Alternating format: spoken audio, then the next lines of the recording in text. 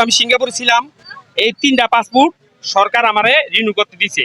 দ্বিতীয়বার পাসপোর্ট যখন আমি রিনিউ করতে আইছি, তখন একটা দালালে কইলো যে পাসপোর্টটা আমার আটকাই দিল, এই পাসপোর্টটা আপনি রিনিউ করতে পারবেন না। তখন আমি পাসপোর্টটা রিনিউ করতে পারলাম না। তো আমার প্রায় বছরের আগে কইলো যে আমার যদি 80,000 টাকা দেয় তাহলে 3 দিনের মধ্যে আমারে পাসপোর্ট কইরা দিতে পারবো, কইরা দিব। আর ওখানে আমারে এই পাসপোর্টটা দিয়েছেন 2 বছর, আমি বিদেশে যাইতে পারি না। আমি সিঙ্গাপুরে ছিলাম, সরকারিভাবে আমি টাকা পয়সা পাঠাইছি।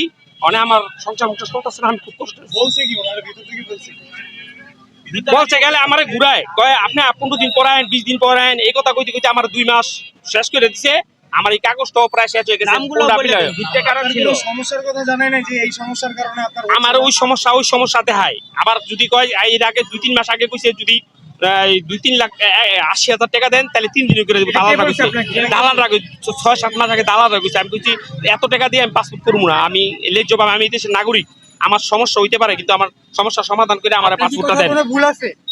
আমার একটা ভুল আছে, একটা দালালে আমার একটা পাসপোর্ট করে দিছিল, যে কইছে যে তোমার আমি সিঙ্গাপুর যাওয়ার পর তুমি তো সিঙ্গাপুর যাইতে পারবে না, তোমার নাম চেঞ্জ করে তোমার আমি আরেকটা পাসপোর্ট করে দিই। সেইটা আমি জানতামও না যে এই পাসপোর্টটা আমার আছে না নাই, কিন্তু এইটাই রিনিউ কইরা এইটা ইস্যু কইরা পরে আমার হেরা কইতাছে যে 80,000 টাকা দেন। দালাল, প্রচুর দালাল আছে আশেপাশে যারা সিভিল ডিসে বই রয়েছে, ওরা সবাই প্রায় দালাল।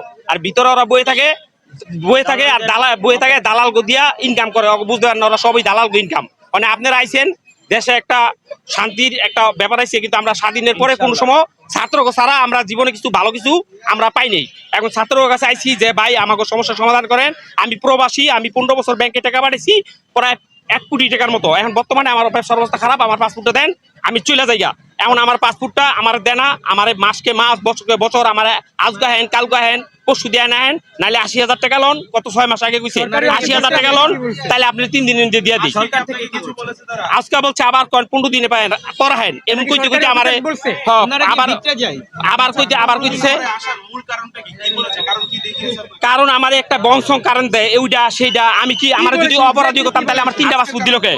আজকের কারণ বলতেছে যে আপনি 15 দিন পর আপনি পুলিশ ভেরিফিকেশন আইছেন, 15 দিন পড়াহেন, আবার 15 দিন পরে গেলে 1 মাস পড়াহেন, আবার কইব 2 মাস পড়াহেন, এরকমই সমস্যা করবো।